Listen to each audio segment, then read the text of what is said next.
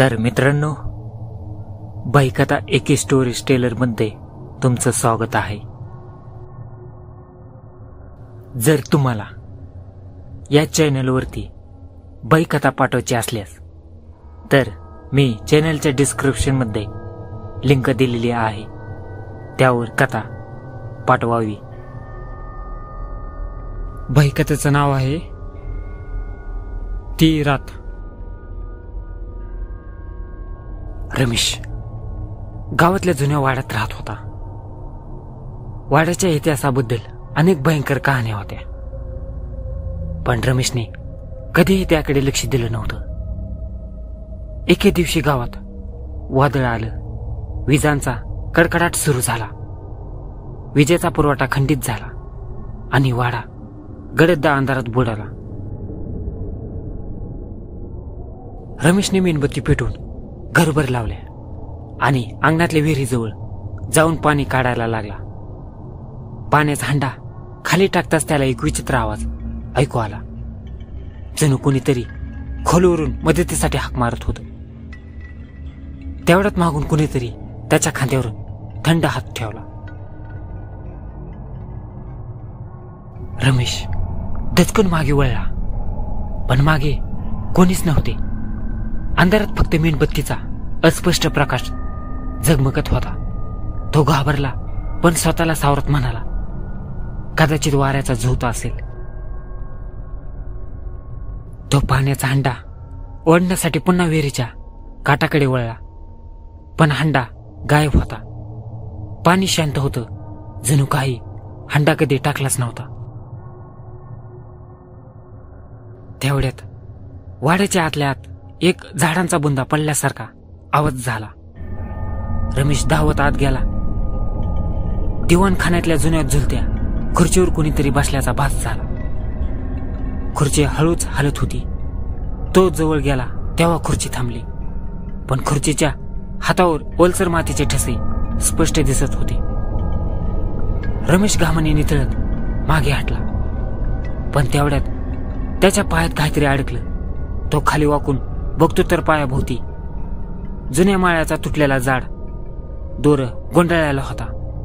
तो तोडण्याचा प्रयत्न करत होता, पण तो दोर हळूहळू घट्ट होत चालला. रमेश जोरात ओरडून दोर तोडण्याचा प्रयत्न करत होता, पण तो दोर अंगाभोवती अजूनच घट्ट होत होता, जणू जिवंत असल्यासारखा. अचानक दिवाणखान्यातील झुंबर जोरात हलू लागलं आणि एका विजेच्या चमकण्यात रमेशला झुलत्या खुर्चीवर एक अस्पष्ट सावली दिसली. एखादी वृद्ध व्यक्ती वाकून त्याच्याकडे रोखून पाहत होती. आता रमेशच्या श्वासाचा वेग वाढला.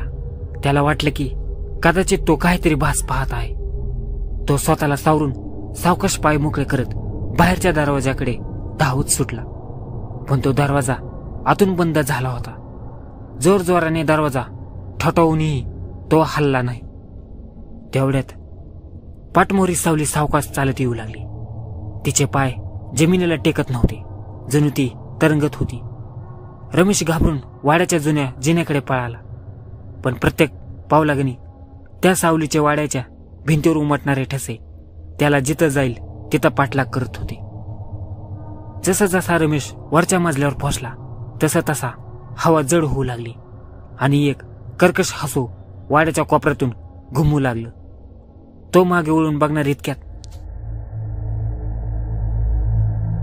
रमेश धडधडत्या हृदयाने मागे वळला, पण तिथं कुणीच नव्हतं. फक्त अंधारातल्या भिंतीवर पाण्याचे ओलसर ठसे दिसत होते, जणू कुणीतरी नुकतंच चालत गेलं होतं. तो घामाघूम होऊन पळतच वरच्या खोलीत शिरला आणि दरवाजा लावून आतून कडी लावली.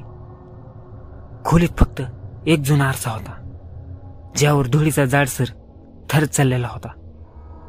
रमेश तेथच थांबून श्वास सावरत होता, पण आरशावर अचानक बोटांनी सावधान असा शब्द उमटला. त्याने दचकून मागे पाहिलं, पण तिथं अजूनही कुणी नव्हतं. विजांचा कडकडाट झाला आणि खोलीच्या एका कोपऱ्यात त्याला एक सावली उभी असल्याचं दिसलं. तो जीवाच्या अंकाताने ओरडू लागला, पण त्याचा आवाज गिळंकृत झाल्यासारखा बंद झाला. ती सावली हळूहळू पुढे सरकली. तिच्या डोळ्यात अनाकलनीय शेवटचा विजेचा कडकडाट झाला आणि सगळं अंधारात बुडालं. सकाळी गावकऱ्यांना वाड्याच्या अंगणातल्या विहिरीत फक्त रमेशचा ओलसर हांडा तरंगताना दिसला, पण रमेशचा मागमूसही नव्हता. म्हणतात त्या वाड्यात अजूनही एखाद्या अंधाऱ्या रात्री कुणीतरी मदतीसाठी हाका मारतं आणि झुलत्या खुर्चीचा आवाज सतत ऐकू येतो.